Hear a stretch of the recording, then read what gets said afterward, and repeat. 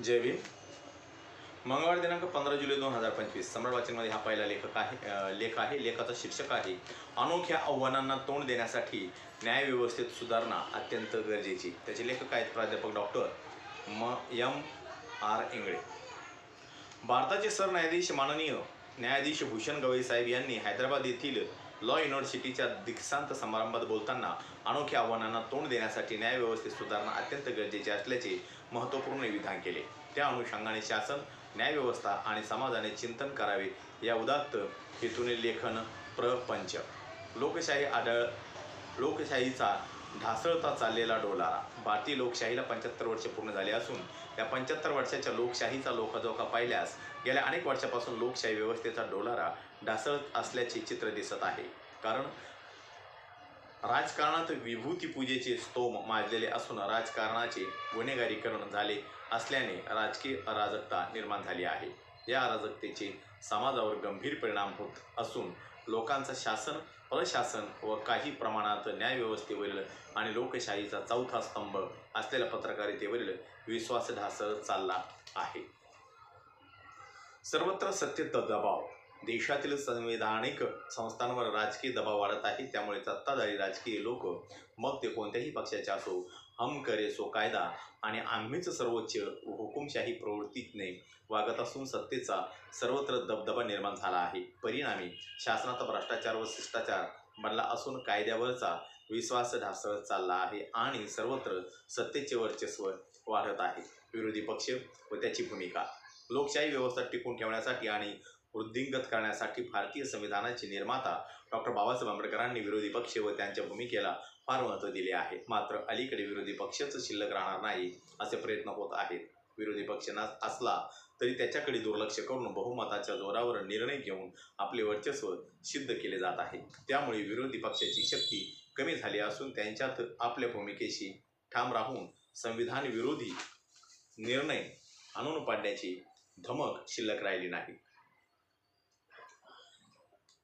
न्यायासाठी न्यायव्यवस्थेवरच विश्वास। देशातील न्यायव्यवस्थेवर खटल्यांचा अतिरिक्त ताण पडत आहे। त्यामुळे न्यायासाठी विलंब होत असला तरी शासन प्रशासनाच्या माध्यमातून होणारा अन्याय दूर करायचा असेल आणि समाजात कोणत्याही कारणाने झालेल्या अन्यायाला प्रतिबंध घालून न्याय मिळवायचा असेल, न्यायव्यवस्था हाच पर्याय असल्याचा विश्वास लोकांमध्ये कायम आहे। माननीय सरन्यायाधीश यांची खंत आणि चिंता। या सर्व पार्श्वभूमीवर सरन्यायाधीश माननीय न्यायाधीश भूषण गवई साहेब यांनी हैदराबाद येथे लॉ युनिव्हर्सिटीचा दीक्षांत समारंभ बोलताना व्यक्त केलेली खंत आणि चिंता चिंतनीय आहे। सरन्यायाधीशांनी आपल्या हैदराबाद येथील भाषणात म्हटले आहे की सध्या भारतीय न्यायव्यवस्थेच्या अनोख्या आव्हानांना तोंड देत आहे। काही वेळा खटल्यामध्ये निकालासाठी इतका उशीर होतो की यासाठी अनेक दशके लागतात अशी खंत व्यक्त केली आहे। ते पुढे म्हणाले की अनेक वेळा एखादी व्यक्ती अनेक वर्ष तुरुंगात कैदी म्हणून घालवूनही निर्दोष आढळली आहे। देशातील सर्वोत्तम बुद्धिमत्ता या समस्यांचे निराकरण करण्यासाठी आपल्याला मदत करू शकते। यासाठी सरन्यायाधीशांनी अमेरिकेतील वरिष्ठ फेडरल जिल्हा न्यायाधीश Z.S. राकॉफ यांच्या पुस्तकाचा संदर्भ दिला। या पुस्तकाचे शीर्षक आहे काही निरपराध दोषी ठरतात आणि काही दोषी सुटतात। आपल्या खिळखिळ्या कायदाशास्त्रीय व्यवस्थेतील विरोधाभास या पुस्तकात राकॉफ यांनी नमूद केले की आपल्या न्यायव्यवस्थेत सुधारणा करण्याची अत्यंत गरज आहे।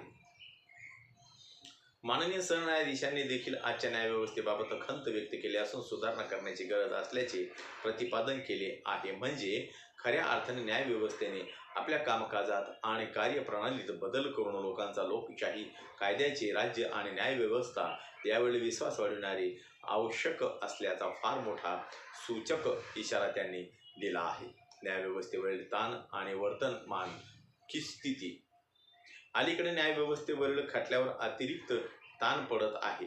न्यायव्यवस्थेत कार्य करणाऱ्या लोकांना भेडसावणाऱ्या मानसिक तणावाबाबतही सरन्यायाधीश माननीय न्यायाधीश भूषण गवई साहेब यांनी चिंता व्यक्त केली। ते म्हणतात, कामाचे तास खूप जास्त असतात, अपेक्षा प्रचंड असतात आणि अनेक वेळा कामाची संस्कृती निर्दयी वाटते। याचा अर्थ न्यायव्यवस्थेवर कामाचा प्रचंड ताण आहे। त्यामुळे अनेक प्रकरणांचा योग्य अभ्यास, सुनावणी, पडताळणी, साक्ष पुरावे व्यवस्थित होतीलच आणि न्याय मिळेलच याबाबत शाश्वती राहत नाही. तसेच न्यायव्यवस्थेत कायद्याचा खिस पाडून त्यातील पळवाट शोधून आरोपींच्या बाजूने कायदाबाह्य व दिशाभूल करणाऱ्या वकिलांचा युक्तिवाद खऱ्याच खोटं करण्याची आणि न्याय विकत घेण्याची भ्रष्ट प्रवृत्ती वाढली आहे. त्यामुळे अनेक प्रकरणात न्याय मिळत नाही आणि न्याय व्यवस्थेवरील विश्वासाला तडा जातो. कधी कधी राजकीय दबावाला बळी पडून प्रकरणाची वैधता, सत्यता आणि वास्तवता लक्षात न घेता निर्णय होतात. न्यायव्यवस्थेतील लोकांची जबाबदारी.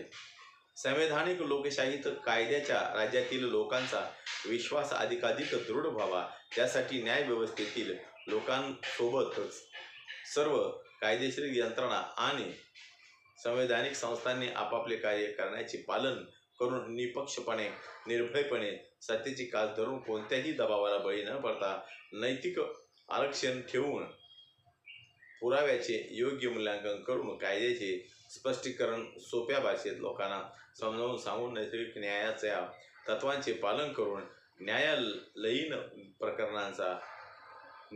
प्रकरणांचा जलद निपटारा करून आपली संवैधानिक जबाबदारी योग्य रीतीने पार पाडावी आणि न्यायव्यवस्थेवरचा विश्वास अधिकाधिक मजबूत करावा हीच सदिच्छा. या ठिकाणी माझा लेख संपलेला आहे. माझा प्रत्येक व्हिडिओ बघण्यासाठी माझ्या प्रत्येक व्हिडिओला लाईक करा, शेअर करा, सबस्क्राईब करा आणि बेल आयकॉनवर क्लिक करा. जय भीम, जय भारत, जय बुद्धभूमी.